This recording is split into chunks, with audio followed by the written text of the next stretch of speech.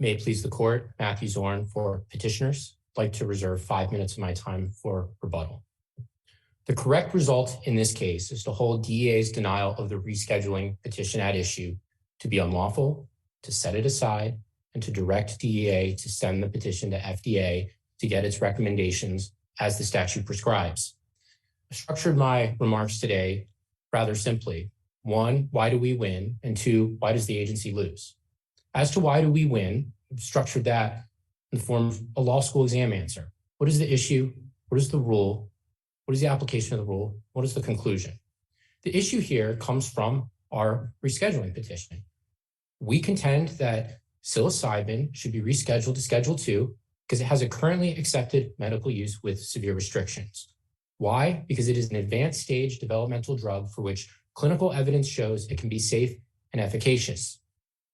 This is all in our petition. Where does that rule come from? That rule comes from the FDA itself. It comes from a 1982 discussion involving THC and facts strikingly similar to the case that we presented in the petition. It also comes from a 2000 rule regarding GHB, in which the FDA similarly said that drugs in an advanced stage of development can have a currently accepted medical use with severe restrictions. We didn't stop there. We also showed how Congress itself and the FDA, in a number of other actions, has explained that it is accepted medical practice to administer developmental drugs with patients with terminal illness. And that makes sense because what the FDA is doing is regulating drugs for interstate marketing. What we're talking about is the administration of medicines shown to have great promise with terminally ill patients. And we didn't stop there either. We looked at the statutory structure and we explained currently accepted medical use with severe restrictions has to mean something. And it has to mean something different from currently accepted medical use in treatment in the United States. That's because there's a disjunctive or that separates the two in the Schedule 2 statute. Is it your position that just the phrase currently acceptable medical use should mean something different in those two parts of the statute? Or do you agree that whatever it means, it's constant? I think that it could be constant, but of course the agency until this case has never explained that. So there would be a Chenery problem involved in doing that. But in any event, of course, our sort of secondary argument is that the way the agency is viewing accepted medical use is unlawful. Right, but let's just focus on, there's currently accepted medical use in treatment in the United States, that's part of it. Currently accepted medical use with severe restrictions. So I understand your argument to be this falls within the latter. Psilocybin, currently acceptable medical use with severe restrictions. Correct. Okay, so on the phrase currently acceptable medical use in both parts of this statute, do you agree that it means this, or are you arguing it doesn't mean the same thing when used twice? It doesn't mean the same thing, in part because currently accepted medical use in the former is qualified by in treatment in the United States. And the agency's 5-part test is calibrated to that language.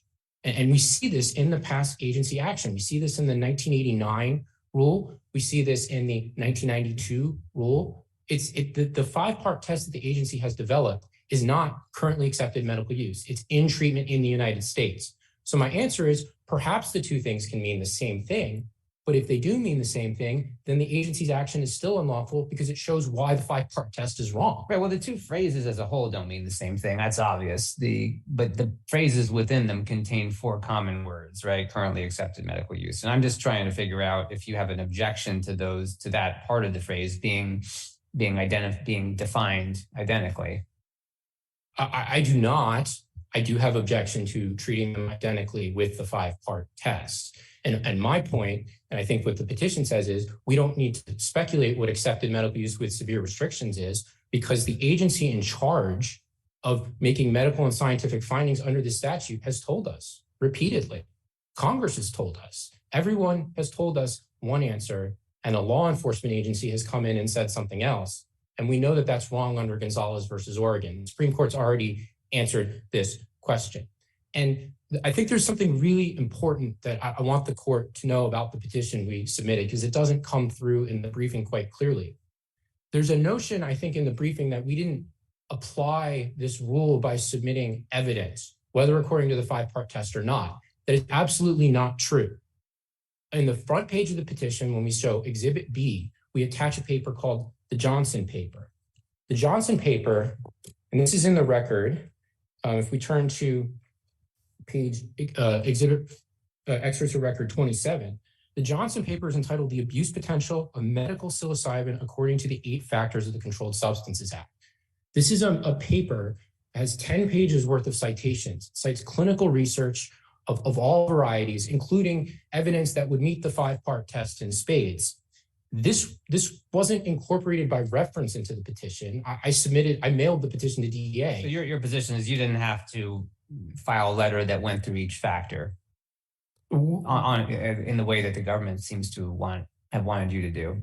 That is our position, that we don't. There's never been any rulemaking suggesting that a petition has to do that. So there would be a 552A violation, which is there's a procedure that they've never informed anyone of.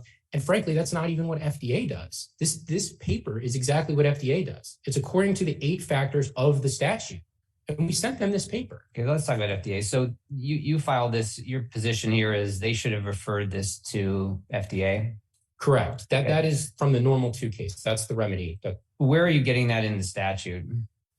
So the normal 2 case carefully analyzed the statute, and that was the remedy prescribed for a shockingly similar treatment of a petition. And where we get that in the statute, Your Honor, is there's just nothing else to do here. If the agency itself in its brief concedes at the very end of its brief, if the 43, that if there's a reasonable basis for rescheduling, it would then be in a petition to refer to HHS. We provided a reasonable basis for rescheduling. We submitted the Johnson paper, which passes under the 5-part test or not. We showed that there's no factual dispute that this is a late-stage developmental drug. There's no factual dispute that this has a low potential for abuse. What else is there for DEA to do here? What is the standard that governs when if somebody files a petition for DEA and DEA is trying to decide whether to initiate proceedings? What is the standard that governs when they have to refer that to FDA? Well, under the regulations, I think it's sufficient ground is under their own regulations is what the DEA regulation says. And I think that's the proper standard to use here. So what if they decide there's not sufficient grounds? Then we're here in court on a petition for review, arguing over whether or not its decision is supported by substantial evidence. And, the fact, for example, that they simply did not consider the Johnson paper under State Farm makes this an easy case. The agency has not considered the evidence that was put before them. And there's a myriad of other problems that we have flagged in the briefs, including that the 5-part test is itself unlawful. But this is an easy case. They didn't even consider the petition that we put before them. It's not even clear in the response whether the Johnson paper isn't even discussed, but that was sent to them. And it meets all of the evidence under the 5-part test, which, here today, I'm not suggesting it's a satisfactory resolution of this case to say you didn't consider the evidence, go apply the 5-part test. We'll just be back here in a year arguing over whether the 5-part test is lawful, which it is not. It is not. It violates canons of statutory construction because it reads safety into 2 parts, adjoining parts of the statute. We have traced the lineage of this 5-part test. It is, for lack of a better term, a poster child for why Chevron deference shouldn't exist. But in any event, in the 1992 rule, when the 5-part test is established, the agency itself stated that this is contrary to the text, but it's just not a correct view of scientific reality. And so the 5-part test should be set aside. If the court is going to send this case back to DEA as opposed to directing it to FDA, and again, we believe that that is the only correct result in this case, given that 1, FDA's scientific and medical recommendations are binding, and 2, it's on record multiple times as stating that a drug that meets the exact profile of psilocybin has a currently accepted medical use with severe restrictions. Right, but in terms of why you think this should have gone to FDA, you're not arguing that anytime somebody files a petition with the DEA, they have to automatically refer it to the FDA. I thought your position was you have just created a sufficient basis for that, and their decision not to do so is arbitrary. That's correct. Not every petition that, if if it were a 2-page petition that cited no evidence whatsoever and it weren't an advanced stage drug that, frankly, as you can see, that we have plenty of amici who can attest to this as use in medicine. So just on the facts of this case, this petition had to be referred to FDA. And I might add, as far as a remedy is concerned, that or it had to, your view is it, or it had to be better explained as to why it wasn't doing that. I take it. Certainly that as an agency and under the APA, that was an absolute obligation. But Your Honor, the agency, this is not a case where this gets sent back to the agency and they come up with a better explanation as to why this was denied. We know what the agency is going to say. I mean, the agency is one of the best law firms in the country representing it here today. And we wrote 40 pages trying to defend what it's doing. And there's nothing in here in the respondent's brief that's correct or that could possibly justify not sending this to FDA. So there's no reason to depart from normal 2. This is normal 2 all over again. This case is exactly like normal 2, and that's an out-of-circuit case. But that's all the government has to say for that case, is that it's out of circuit. Not that the case isn't persuasive, but that it's out of circuit and misconstrues the statute. There's no argument as to exactly why the normal 2 court got that wrong. And what happened in normal 2 was there was actually a normal 3. In other words, this dispute drags on until DEA directs it, sends the petition to DEA. And Your Honor, I want to emphasize about this remedy. It comes back to DEA. This is not divesting them of any discretion whatsoever. It's making this statutory scheme tick. When Congress created the Controlled Substances Act, it wanted the Health and Human Services to make medical and scientific findings. If this court doesn't direct DEA to send this petition, DEA will have effectively rewritten this statute so that it can front-run petitions, meritorious petitions like the one that we submitted, make up the law, and deny them without ever getting HHS's opinion on this. If DEA wants to deny this petition in the end on some basis, it can do so. It's going to get the petition back from HHS. It's going to be a medical and scientific finding. The only reason that the agency doesn't want to refer this petition to HHS is precisely because of the reasons we put in the petition. It's entirely possible that HHS thinks that doctors should be able to use this medicine under severe restrictions. This isn't about diversion of any kind. Nobody's asking psilocybin to be approved. This is so doctors. I mean, they do say they would accept a voluntary remand.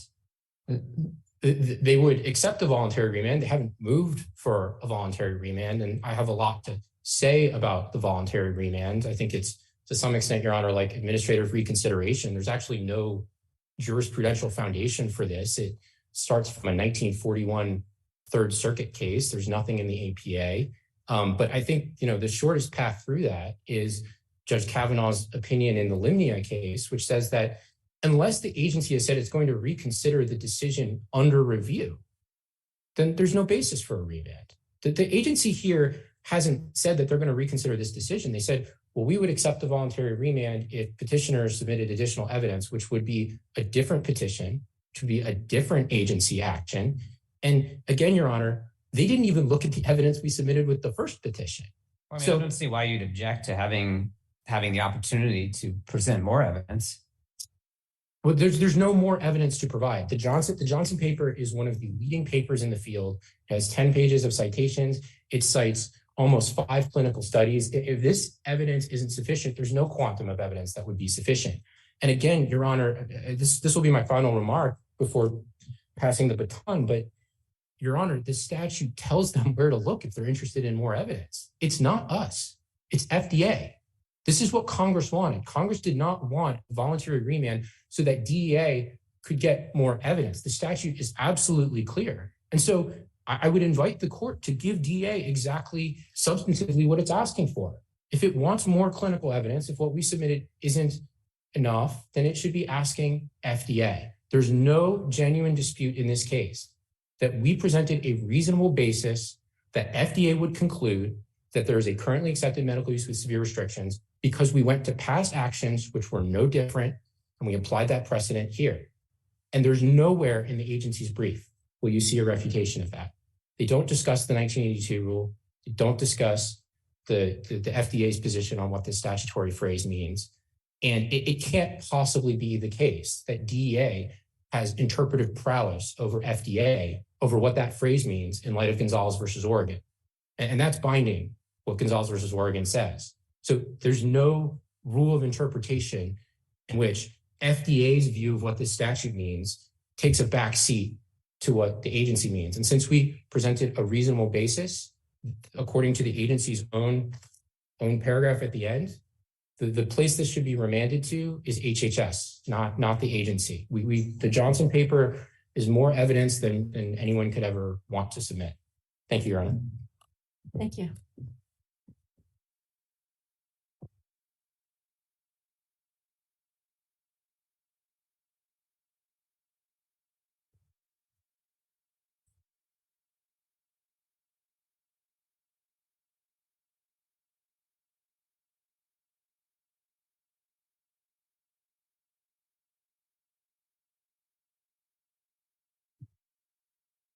Good morning, Your Honors, and may it please the Court, Catherine Putty for the United States. A petition to transfer a drug from Schedule I to Schedule II will be denied unless it makes a showing that the drug has a currently accepted medical use with or without severe restrictions. For decades, DEA has applied a 5-part test for making that determination in the absence of FDA approval. The rescheduling petition here did not so much as attempt to address the 5 elements of the test, let alone attempt to satisfy them.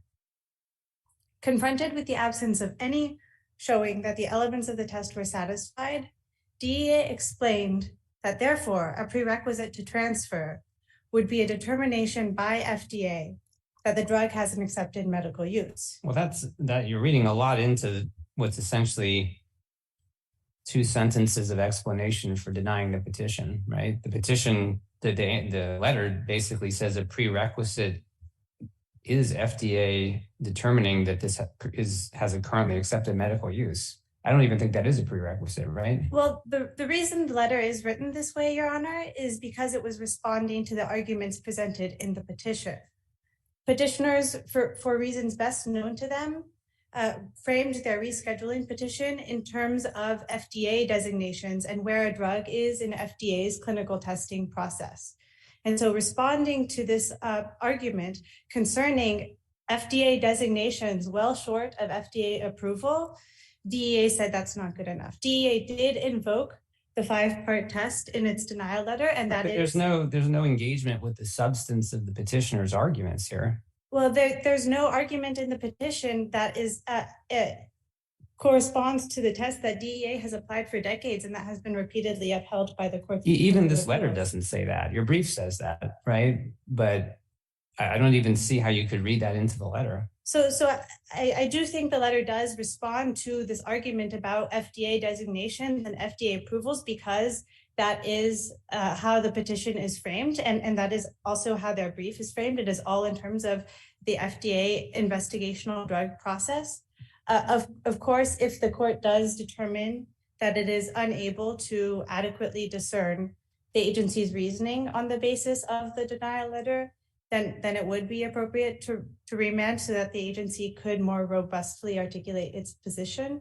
And of course, then the agency would, consistent with the court's opinion, provide more explanation to facilitate this court's review. But I do think that the denial letter does track the basis for the rescheduling put forth in the petition, which is why it focuses on FDA's requirement. DEA has been quite clear that FDA approval is not on its own required to satisfy or to for a drug to have a currently accepted medical use. But in the absence of FDA approval, petitioners do have to make a showing according to this 5-part test, and that has been repeatedly upheld by the courts of appeals, and there was just no showing in that respect at all. Is the 5-part test originate from the first part of that provision in treatment in the United States? So as DEA explained in its 2016 order, I think the 81 Federal Register citation, the 5-part test does apply to a currently accepted medical use with or without severe restrictions. The way that test would operate would change somewhat if the restrictions were identified and so for example, concerns about or questions about the safety studies or the well-controlled studies proving efficacy, those would look different if severe restrictions were constraining the scope of the inquiry. But the 5-part test for determining whether there is a currently accepted medical use to one degree or another is applicable to both of these standards. Do you view that as like a threshold or a baseline for either one of these? I'm sorry, and I'm not sure if I understand what you mean by threshold. Well, what I mean is that both of the provisions, both the parts of this provision, right, say currently accepted medical use in treatment in the United States or currently accepted medical use with severe restrictions. And is it your position that first somebody has to show currently accepted medical use, whatever that may mean, and then if they make that showing, we then move to the next part of this? Not necessarily, Your Honor. It is certainly true that with severe restrictions does inform the scope of that initial inquiry. So it's not a two-step inquiry, if that's what you're asking. Yeah, that is what. Okay, thank you. And I do want to make absolutely clear that DEA does recognize that these are separate standards and separate bases. It is just sort of true as a matter of logic that there has to be some currently accepted medical use to one degree or another to satisfy either of these separate bases. Where has DEA said that the 5-part test applies to currently accepted medical use with severe restrictions? So in that 2016 denial of the petition to reschedule marijuana at 81 Federal Register, and I don't have the exact page number before me, but I think you'll see that. Has it said that anywhere else other than that one? I do not have another citation, but I do think the explanation of currently accepted medical use and the details of the 5-part test are very flexible to accommodate both of these standards. And if you look at the factors, the elements of the 5-part test themselves, they are very natural understandings of what you might require for currently accepted medical use. And I think it is DEA is correct that this would apply even in the severe restrictions. The petitioners argue that the safety prong is sort of superfluous. How do you address that point? In a few ways, Your Honor. First, it is hard to imagine that a substance could have a currently accepted medical use in the absence of any understanding of the substance safety. But second, this argument about superfluity just doesn't correspond with how the statute works. There are clearly overlapping considerations in many aspects of the findings that the statute requires. One example of this can be found in Section 811A1, the requirement that a drug or other substance has the potential for abuse is one finding that the Attorney General must make.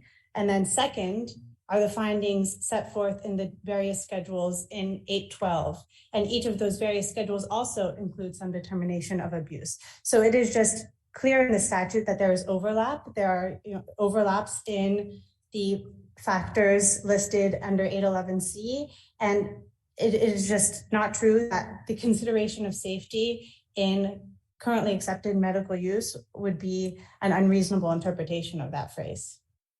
What's your view on when DEA has to refer a petition to HHS? So DEA does have a practice of referring petitions to HHS when it believes that based on what is presented in the petition, there is a reasonable grounds for rescheduling. It does apply, as it has for decades, this test, and finding no argument or proposals with respect to that test in this petition, deny the petition. And that is not arbitrary to continue to apply the standard that it has been applying.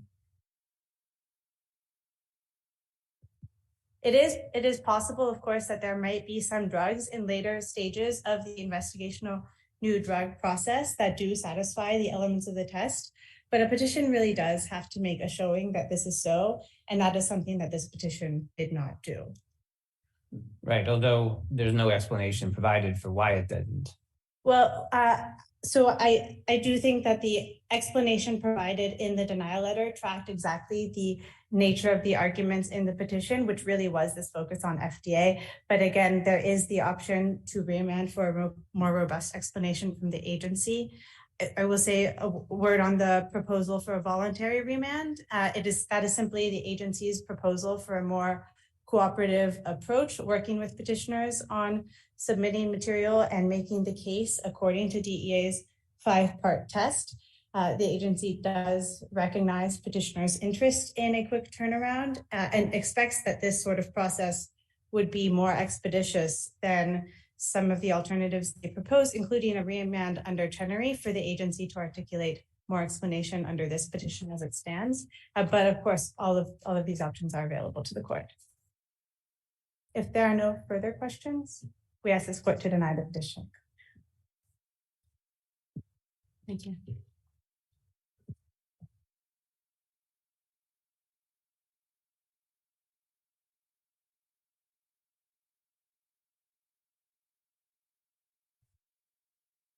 Thank you, Your Honors. Just a few quick points to hit. The first is, one aspect of the briefing that we pointed out is that the agency to this day has never ever distinguished the normal 2 case as far as that these are factors to be balanced. There's no response in their brief. There's no response today. It's just an argument that the agency just has no response to why they're defying a DC Circuit precedent. They're not even here saying brand X that they have interpreted it differently. They just don't interpret it at all. So that's a key problem. Don't interpret what at all? So in normal 2, the court said that these 3 factors, accepted medical use, potential for abuse, are all to be balanced. And the agency has said that instead accepted medical use is a threshold inquiry. There's nothing in their response. There's nothing in their briefing.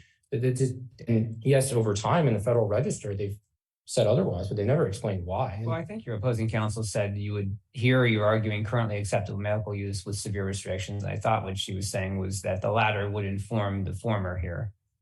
But doesn't that sound like what you're arguing for?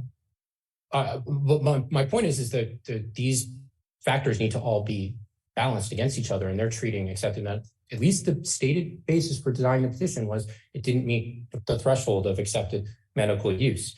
Again, there's just no explanation about the Johnson paper. The agency is asking for a voluntary remand. It's not ever explaining why this paper that we submitted that has dozens of, what is it that we are supposed to submit at this point to show that this has safety and efficacy evidence? This paper cites that in spades. So the agency keeps standing on the 5-part test. But in actuality, we submitted evidence. We didn't format it like the way that the agency wants of like, here's the 5-part test, because we think the 5-part test is unlawful. But all of the evidence it needs, psilocybin has a reproducible chemistry. There's safety studies in here. There's efficacy studies in here. There's wide ranging of experts accepted, and the evidence is scientifically available. I don't understand what it is the agency wants a remand to do. We already gave them all this information. What I do know what the agency wants to do is it wants this court to uphold the 5-part test. And I would ask this court to strike that down. That 5-part test was a product of Chevron deference. If the court goes to the 1992 ACT opinion from the DC Circuit, there was no attempt to exhaust the tools of statutory construction. The court just deferred, and it didn't even defer to the 5-part test. It deferred to an 8-part test. And on remand, the agency rewrote the test and went back to the DC Circuit, and there was an erroneous application of law of the case. The test changed, but the court never looked at the statute to see if the changed test worked. All the other cases the agency is citing, none of those cases actually examine whether this test has any grounding in the text of the statute whatsoever. But we heard from my friend over here that there's no answer as to this safety superfluousness. There's no answer as to accepted and acceptable. Your Honor, I argued a different case. It was dismissed on exhaustion grounds, but Judge Watford wrote a concurrence stating that this agency is misinterpreting that statutory phrase. It's the Sisley versus DEA case. And in that case, we made even more arguments as to why this 5-part test is entirely unlawful. But the reason it exists, Your Honors, the reason it exists is very simple. DEA wants to control the practice of medicine. That's what's going on here. Because this case isn't about diversion. It's not about drug abuse. Your Honors, we went through pains to explain in our briefing that the only difference between a Schedule I drug and a Schedule II drug that hasn't been approved by the FDA, the delta between those two, not approved by the FDA, but Schedule II, is that doctors such as my client and other doctors can use that treatment in severely restricted, expanded access, or right to try scenarios to treat patients. That's what DEA is getting in the way of here. That's what the 5-part test is getting in the way of. The DEA is front-running the practice of medicine, is preventing doctors from using treatments for which there is safety and efficacy evidence. And it's doing that by using the 5-part test, complaining that petitioners didn't format it according to an unlawful 5-part test, even when we submitted a paper that had all of the evidence. So I would ask the court at minimum to hold the 5-part test to be unlawful. There's no point in sending this back to the agency so it can apply an unlawful test. My clients, my time is up, but my clients and the doctors and the amici, they showed up in this case because this is about, in part, terminally ill patients. Delaying this matter years based on this unlawful 5-part test doesn't do justice for anyone. Thank you. Thank you. Thank you, counsel, both for your arguments this morning. They were very helpful. This case is submitted and we are adjourned.